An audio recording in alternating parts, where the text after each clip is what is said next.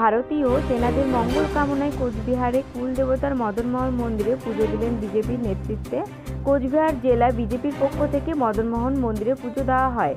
পেহলগাঁও জঙ্গিরা ভারতীয় পর্যটকের উপর হামলা করে মেরে ফেলে। তাদের বদলা হিসেবে ভারতীয় সেনারা অপারেশন সিন্দুরের মধ্য দিয়ে পাকিস্তানকে জঙ্গি ঘাঁটি উপলক্ষে ধ্বংস করে দিয়েছে। সেনার এই সাফল্যের জন্য তাদের মঙ্গল কামনায় পুজো দেন। উপস্থিত ছিলেন কোচবিহারের দক্ষিণ বিধানসভা কেন্দ্রের বিজেপি বিধায়ক নিখিল রঞ্জন দে, তুফানগঞ্জ বিধায়ক মালতী রাভা রায়, জেলা বিজেপির সভাপতি অভিজিৎ বর্মন সহ অন্যান্য নেতৃত্ব।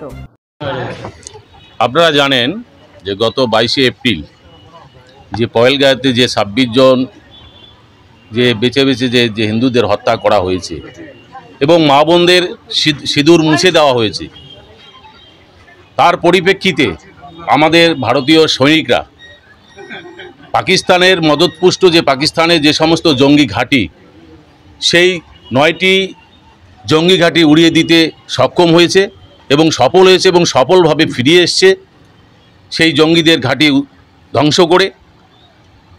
তাই আমরা আজকে আমাদের কোচবিহারের প্রাণের ঠাকুর মদনমোহন ঠাকুর বাবার কাছে আমরা এসেছি পুজো দিতে, যাতে ভারতের সৈনিকদের মঙ্গল কামনার্থে আমরা আজকে এই পুজো দিতে এসেছি।